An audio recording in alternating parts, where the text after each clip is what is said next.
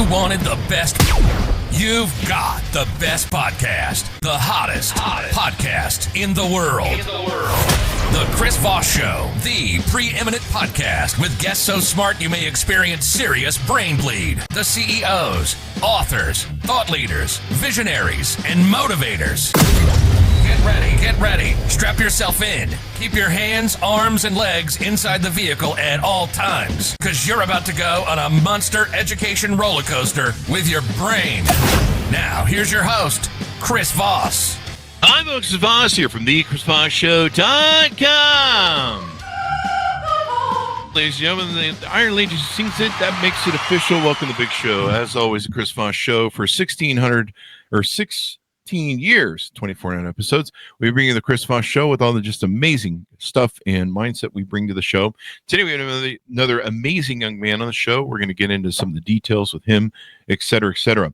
Opinions expressed by guests on the podcast are solely their own and do not necessarily reflect the opinions of the host or the Chris Voss Show. Some guests of the show may be advertising on the podcast, but it is not an endorsement or review of any kind. Kerim Kfuri is joining us on the show. He is the president and CEO of the Atlas Network LLC, a global network LLC supply chain offering comprehensive end-to-end services, including consulting, product development, factory selection, mass production, oversight management, quality control, documentation, logistics, shipping, and storage. He's also a thought leader, public speaker, and author of Supply Chains Ups and Downs. He's also the founder of the Supply and Demand Show on YouTube. And additionally, he's held notable positions at NASD, Accenture, SEC, Friedman, Billings, Ramsey, and 24 Media. Welcome to the show. How are you, sir? Very, very good. Thank you. And I apologize that you had to read all that. That's a lot of information. You've done a lot of stuff, so that's pretty freaking cool. Give us your .coms. Where can people find you on the interwebs? Sure, absolutely. So for any thought leadership or consulting, public speaking stuff, it's KerimKfuri.com. Mm-hmm. For any global supply chain solutions or assistance with manufacturing, it's theatlasnetwork.com. And then for the book, it's supplychainupsanddowns.com or on Amazon. The book is called Supply Chain Ups and Downs. Other than that, all the social media stuff, I've got presence in different places and trying to make this complicated industry more relatable. I'm if you Google me and I'm around. Google me. You'll find me. Kerim Kfuri. Do I have that correct? Correct. Kerim Kfuri, right? We've been rushing into the show, so we missed that part that I normally clarify. So the book Supply Chains Ups and Downs came out September 6th, 2024. Give us a 30,000 overview of what's inside this new book. Yeah, absolutely. I mean, this industry is super complicated, but it touches every single one of our lives every single day. And so I just felt like I wanted to write something that had a very kind of relatable voice for different people, consumers, business people, students who wanted to know and understand sort of the basics of the supply chain space, why it matters, and how it impacts our daily lives. And that's the goal. It's really 150-page, a book that is very digestible and very easy to consume. And that was the main purpose of it. Because, after the pandemic, the word supply chain was everywhere. People couldn't get toilet paper. They couldn't get what they needed when they went to the supermarket. They didn't know why. They didn't understand why. And there was a lot of misinformation around what it all really meant. And then fast forward to now, with everything having with tariffs and, globalization and what's happening with nearshoring and these concepts that we hear about every single day, many, many people still don't understand what these important topics are all about. So that's my focus and my goal when I'm not doing everything else that I do. Yeah, supply chains really, I never thought I'd be fighting for toilet paper and it's kind of interesting what's going on now. What do you want to maybe give us an update on what you see going on right now? I know there's little to no ships headed our way, maybe some of the tariffs that are going on. What do you see in the near future for us with the supply chain tariff issues? Yeah, we're walking a very fine line here. And it's really interesting because, tariffs were always put in place historically as an economic sanction to generate revenue and to create a balance of trade. Mm-hmm. But the problem is that we've gone so far with regards to globalization in the past 50 years that we're overly reliant upon these other global economies. And the only thing that we really make here in the United States is really good ideas that we then out to the rest of the world to manufacture. And our mentalities have shifted and changed in a way that nobody really wants to work in manufacturing anymore and so forth. But I've been to cities, I've been to Cleveland and other places where they are trying to bring back manufacturing, they are trying to bring back innovations. But we're talking about in a long runway, in a long time to come. We need to build infrastructure, we need to build resources and materials and output levels that can satisfy our consumer economy. So in the in-between, we've got this sort of real delicate mix here, because look at the second largest company in the United States, Amazon. 70% of the products that are bought and sold on Amazon come from China.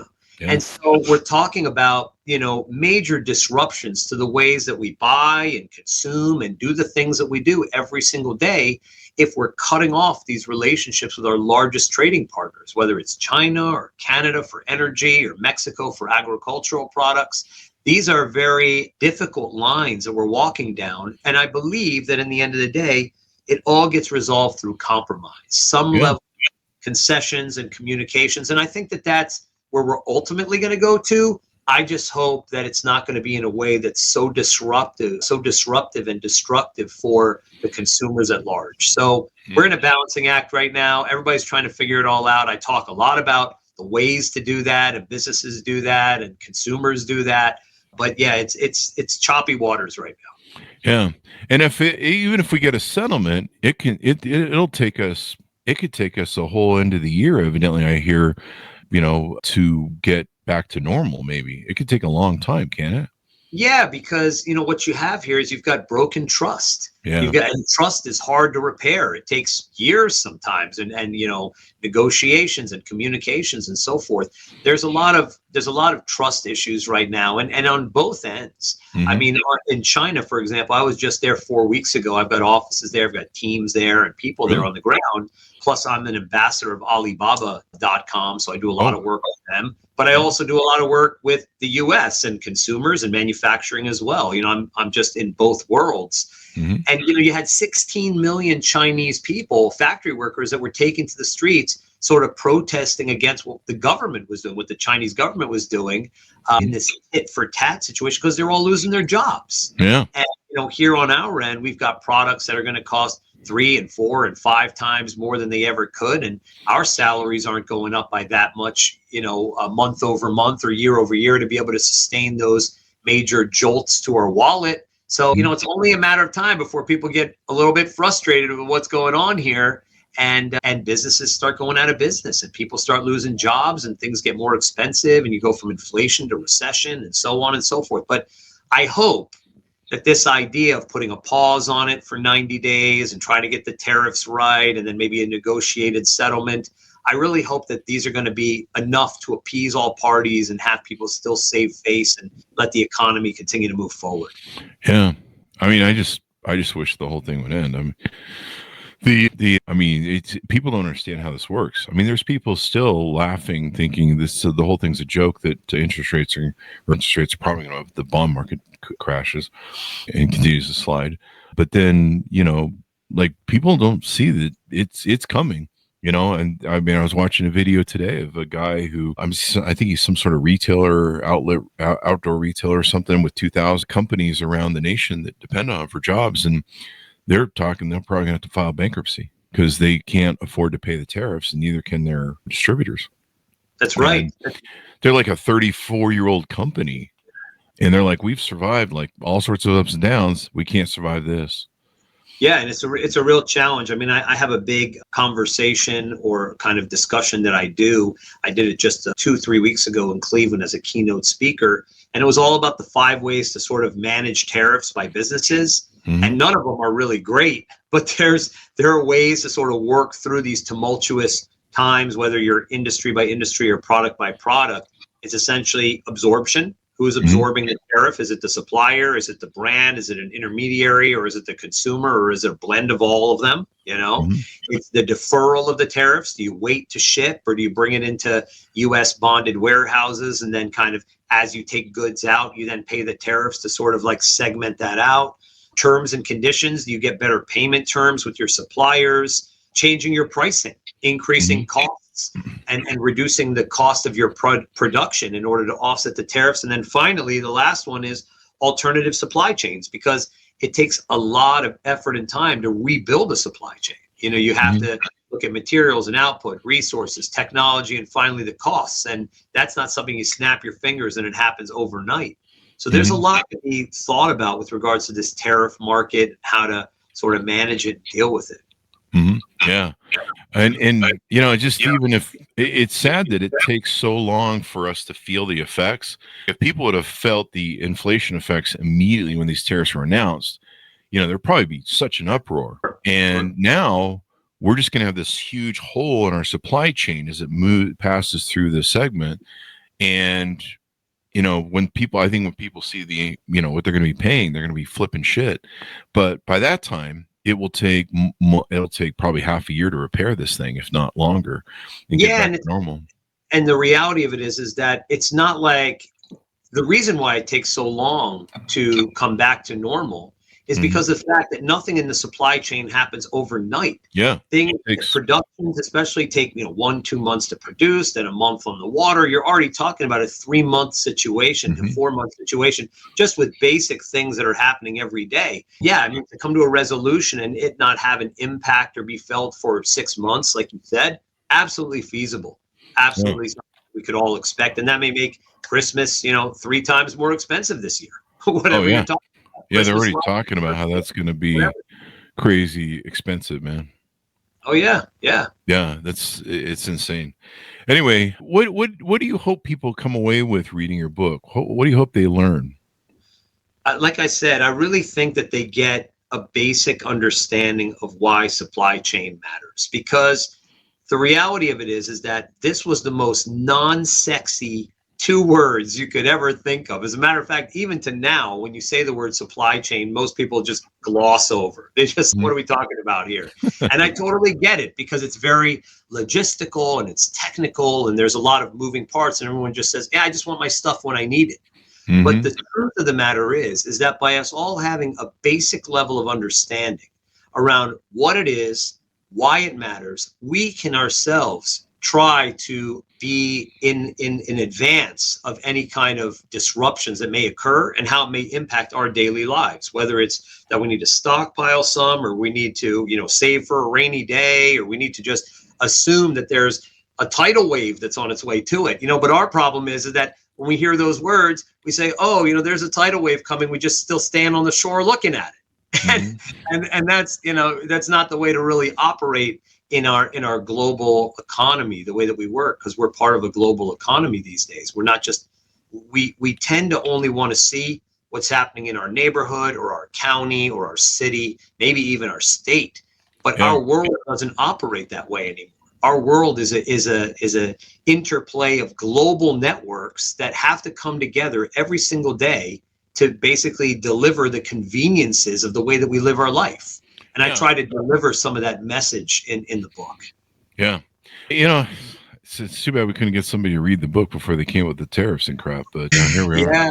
Yeah. And I do some fun stuff too, on my social media channels, Instagram and all that. I talk about things like, to make it more relatable, how Taylor Swift is like an amazing supply chain superhero, or like Mr. Beast, or just simple things like why bananas ship green, and just these simple ideas that people need to understand, whether it's regards to entertainment industry and consistency of shows and productions and logistics, or agricultural supply chain. There's so many facets of the supply chain that are important, whether it's, again, agricultural or fashion or entertainment or energy. Any of these things all have supply chain related and logistical components that we have to just somehow understand. Yeah, and I've seen all these yokels that are just like, oh yeah, we could do this. Yeah, we'll be able to rebuild, everything manufacturing here in what, 5 minutes or something. You can just build factories and crap. You're just like, I'm not really sure you understand how things work. And the other thing is, there's so many moving parts, like little parts, right? Bolts and screws and this and that and the other, and there's a lot that goes into this. It's not easy. Right. Correct. You could have the sheets of metal, right? But then you don't have the screws to put them together. Yeah. And the screws are more important than the sheets of metal are. And that's the issue. The issue is that we here in the United States have very targeted and segmented areas of production, but we don't have holistic manufacturing. We don't have all the parts. And so in that way, we've only got part of the equation. We can only build part of the solution, and that doesn't service our, ever-growing consumer economy. That's the challenge, really. Yeah. So tell us about your YouTube channel. I got to subscribe to all your channels so that I can get updates on what's going on. Do you address the current situations that's live going on, I guess, with our everything? Yeah, no, we do. I mean, the Supply and Demand Show is basically a really fun show that looks to, again, sort of demystify the supply chain space. It's me and my co-host, Richard Crawford, who actually has an award-winning show called Leave No Trace on Amazon. Oh, really? And he sort of takes a really nice, fun, jovial approach. And we go on the road. We interview people at conferences. We started off by people that were primarily in the supply chain industry. But now the most recent, let's say, 4 guests, I'll tell you, was, the head of a group called White Desert that takes people to Antarctica and what that's like for the supply chain of being in a harsh environment and climate like that. A head of a major cigar company that's like agricultural supply chain, a Scotch company, and then Damon John from Shark Tank, who I'm in partnership with on several really? podcasts. Wow. Yeah, that's actually me and him over there. Oh, wow. That's cool, man. So basically, that was the last 4 guests. And the intention and the idea is really to just kind of get outside of that industry and see, and explain how the supply chain impacts different areas and walks of life. So we've done about, I think, 70 or 80 shows already. We've only been up for about a year and a half, let's call it. But it's fun. We enjoy doing it. And people tend to really like the approach. We do a little game show type of thing where it's like 3 questions in 5 minutes. And the last drop, who would you have coffee with, alive or dead? And just some little fun things as we go through segments. It's like a 15-minute show per episode. Pretty short. Wow. That's pretty freaking cool. Do you do consulting, I guess, too? That's probably important, maybe consulting and help companies understand the supply chain, how to put it together and all that stuff. Is that part of the work that you do? Yes, it is. I mean, the first step is knowing what the problem is. Yeah. So that definitely involves consulting. Where have you been? What are your nightmare stories? What have been your challenges and issues, whether they're quality or costs or efficiency or communication? What are the problems? And then how can we basically be able to create a new supply chain solution to resolve those issues? So that definitely is a part of it. I mean, obviously, if it's a newbie, an entrepreneur who just wakes up with an idea or a dream, there's a bit more extensive consulting to say, why do you want to make this product? Why does it make sense? Who else is doing it? Is it really a good idea the way that you dreamed it up? Or does it need to be 3 steps changed in order to be something that's viable? And yeah, there's definitely a good level of consulting and communication, either a new group that's never done anything before or an existing population that has had some bumps in the road and needs to sort of streamline things. And then we then pick it up from there into, all right, so here are the solutions. You're changing suppliers, you're changing this, you're making different modifications. But at first, definitely there's kind of a consulting process. And so people can hire you. I mean, I'm sure a lot of people are going to see this on YouTube and other places. They're going to get familiar with it. LinkedIn, of course, is a big place for that. We always have the CEO of CES show, Gary Shapiro, on the show every year when CES comes around. I imagine, there's a lot of vendors that go over there and back and forth. Do you ever do any lobbying or with Congress and stuff, or help them with Congress? Maybe I should put the 2 together. I don't know. That would be great. That would be absolutely wonderful to do that. No, I have yet to do that. And it's interesting because I grew up in the DC area. I'm from that area, and I've always been the least political person there is. I've always been more economics focused and less political in that way. But unfortunately / fortunately, however you want to look at it, these 2 worlds are colliding a lot these days, especially in global affairs and in tariffs and so on. So I envision myself doing probably more and more. I've been on TV a lot in the last 6 months on Fox, and on CNBC and Yahoo Finance and Schwab and different groups talking about these issues and affairs. But I always tend to take a very economics-based approach because you cut out half the population if you start talking politics too much. Yeah, that's one of the downsides of all that. But it's kind of how our world works now. I mean, it's not simple. I grew up in the age of where you build something in Detroit and you work a job for 40 years or whatever it is, and then you're supposed to be able to retire, and everything's made in the USA and all that yada yada yada. I mean, that used to be a cool thing, but people want cheap goods. They want good deals, and they want to enjoy stuff. But yeah, do you see prices going up with the like they're talking right now about how we're gonna have what is it, higher prices for school? I saw a video of a guy. He was pointing out something he paid for at Walmart, and he's like, we just bought this last week at Walmart. It was like some toy, like some doll toy for kids and shit. And he's, look at this thing. This thing has doubled in price since we bought it last week. Mm-hmm. And I just wish, like, people still think it's a joke. They're just like, hey, do you think we're going to run out of toilet paper again? I suppose that's a good question. Ways that works for us. Maybe that's more local now where we won't run out of toilet paper, but, maybe goods like for school supplies, Christmas, all that sort of jive, that's going to become an issue. Yeah. I mean, I think that we're going to have impacts for sure. I don't think everything's going to be necessarily resolved in the next, 5 to 6 months. It would be wonderful if it was, but I do think there's going to be some reverberating impacts. I mean, I even look at things like our price at the pump.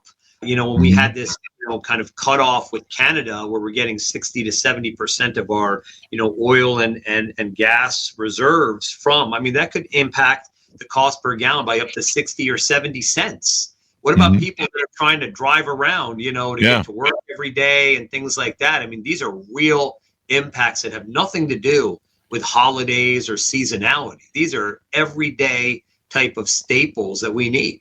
Our fuel, our gas, the same thing goes with Mexico, with the agricultural products that are coming from there that we go to the supermarket and you see a lot less of things, right? Or the things you see, those avocados for Super Bowl are going to be 10 times as much, right? And so we look at these things, and that's where I really see people are going to feel it more than anything else. I mean, they'll feel it with the seasonal purchases and the buying, but I think it's the daily impact that's going to really weigh on folks. And then the squeaky wheel gets the grease, everybody's going to start talking, and then hopefully there's going to be some change. Yeah. Hopefully it's not too late. I mean, it's just, we could have a really inflationary economy and all sorts of crazy shit going down, man. Yeah, I know. It is not a joke. And the thing that's insane is that, speaking about, people thinking that it's a joke, when I was in China and I asked, my teams and sort of factories that I met with and so forth, they thought that this was a joke. They thought in China it couldn't be real that the United States wants to have, these high levels of tariffs. And second of all, that the United States wants to now be into manufacturing, because for them, they've seen the U.S. as a consumer for so long. And they look at manufacturing in sort of like a lower level. So they're like, so what are you saying, that Americans want to start picking up wrenches again? They want to start making things? It was so foreign to them, because for the past 50 years, they basically have serviced the needs of the consumer economy of the United States. The optics around this are not exactly, streamlined either. Yeah. It's I don't know, man. It's just so crazy, because I understand these things. I understand finances, global supply chains, the bond market, M1, M2, Federal Reserve policy. I mean, this is like Venezuela level shit when it comes down to it. I watched when what's his face took over Venezuela, started this authoritarian shit. Who? Chavez. I always forget his name. But yeah, I watched him slowly take the fourth richest country, oil rich, and fucking destroy it, Right. And now the people live on the Maduro diet. I guess, thank God, I learned how to how to do. I learned how to do whatchamacallit. So there's that. But yeah, it's crazy what's out there, and I don't think people realize the ramifications. It's taken us 4 years to finally reset from all the inflationary stuff for the supply chain in 2020 and all that sort of stuff. It's taken us 4 years. Right. And we finally just got out of it pretty much. And, and so now they're just like, now we're just restarting the cycle, only worse. I mean, the reality of it is that I love the intention. I don't appreciate the approach. Yeah, it's just chaotic. The intention is great. Hey, listen, we want to make more things here. We want to support our economy. We want to be more domestic and insular. We want to look out for our best interests. We want a balance of trade. These are all good things that any government should be looking towards and so on and so forth, but in a phased-in approach, in an approach that isn't so disruptive that in the end, may not, one, give you the result you want, and two, ultimately in the end, who ends up paying that differential, that $1.2 trillion trade deficit? We do. We might as well call it a tariff tax by all intents and purposes, because that's kind of what it is until it's figured out. And so I think that the administration's mentality on what they're trying to do is very positive, and it's good in those ways, but it's the approach itself that I think is it's too erratic in my mind. Yeah. I mean, there was a nice slow way to do it and say, hey, we're going to talk to Canada first and we're going to have a conversation, but slinging shit like monkeys in a zoo and, this sort of crap, in my opinion, is not the way to go. And then chaos. You can't plan with chaos. As a business, you got to plan stuff. And then if you're dealing with China, you got to deal with that. What is your thoughts on nearshoring? I mean, it'd be great if we could get, I don't understand why we just don't take over Mexico. The CIA or I can't remember who it is, the FBI. So it's been on like a collapsible government list for 25 years now, 30 years now or something. I mean, it's just people can do whatever the fuck they want down there, which is weird because, if you tried some of that shit up here, the FBI would definitely come down on you. Yeah, I think the point is that nearshoring is always a great opportunity. Yeah. It's just that, one, you have to have the good relationships with those trade nations that are near to us, which we don't now, right? With Mexico and Canada. And two, outside of that, you need to make sure that whatever they're producing, that it actually is able to fulfill or sustain the consumer needs. So again, do they have the materials, the output, resources, technology, and finally the cost that makes sense? And they're close, right? Because is closer really better is the question. And in some things, in some industries and products, the answer is yes. And in others, it may not be. So it's really product to product, industry to industry. But of course, anything that cuts down the transit time, anything that basically is in a similar time zone, a similar culture or language, or allows you to remove some levels of disruption that could occur, is always the most feasible way to do it. But it may not make sense for all products. But it's always a good idea. These days, it's going to be a challenge, but it is a good idea. So how can people onboard with you on your website, get to know you better? It looks like you also talk philosophy and leadership. How can people get to know you more? If they're interested in having you consult with them or work with them to help them through the things, how can they reach out to you as well in that regard? Yeah, absolutely. I mean, my website is Kfuri.com for any of my sort of philosophy and leadership, public speaking things, some levels of personal consulting, book information, things like that. But outside of that, as you mentioned before, I am the CEO of a 20-plus year supply chain solutions company, which is theatlasnetwork.com. And that's where folks can come and ask all kinds of challenges, issues, disruptions they have. And we look to help them out and solve them through our network of almost 2,000 suppliers and doing this business for a long time now. So give us a final pitch out to people as they go out, where they can onboard your .coms and all that good stuff. Yeah, absolutely. I mean, as I said, it's KareemKfuri.com for any philosophy and leadership and personal assistance and getting to know me and the relatable voice of the supply chain, which is what I'm trying to do in that space. All of the social media stuff, Twitter and Facebook and Instagram, YouTube for the Supply and Demand Show, as we said, and for any global supply chain related issues or assistance and solutions is theatlasnetwork.com. Thank you for coming on the show. Very insightful, and hopefully we we'll be doing next year, but we'll see. It frustrates me because we spent 3 to 4 years and people just do not have the brains to concept all this, I guess. What was it? George Carlin said, think how dumb the average person is and realize 50% of them are dumber than that. Like, you just explaining the math of the supply chain, money policy, how the world works, and then just to see people laughing while the world burns, because they think it's funny, because yeah, it's really cool on the libs, and you're like, yeah, I don't know if you've noticed, but you're the one getting, every day there's like all these people that are like online going, I didn't know that I would get screwed by Trump. I voted for him. And you're like, he told you what he's going to do. Project 2025, he all told you he was going to do tariffs and all that shit. And somehow they just thought that I guess the other party would burn and they wouldn't get anything on them. It's no, this is America. We're like a big lifeboat. If you start pounding holes in the thing, if we take on water, we all die. Yeah. Anyway. I just hope that we come to a balanced of trade. I think that cooler heads will prevail. And in the end, it'll all balance its way out. I'm a supply chain optimist. I think that we will go towards those places. I think there's going to be a little bit of some bumps and some pain along the way, but we're going to get there. That's really that's how I think it's going to go from here. Hold on to that life raft for the next little while, and I'll believe in your dream, because I want to believe it too. So, thank you very much, sir, for coming on the show. We really appreciate it. Thank you, Chris. Appreciate it. Thank you. Thanks so much for tuning in. Go to wherever fine books are sold, order up the book, Supply Chains, Ups and Downs, out September 6th. Understand how the world works, damn it. I figured most of shit when I was 30. What is your people's problem already? It just makes me mental what's going on right now. And people just laughing about it. You're just like, yeah. Unfortunately, I don't have kids, so I don't have to worry about Christmas. And I got a few family members, but I don't have to worry about school supplies. I think there's a huge shot coming with school supplies coming up.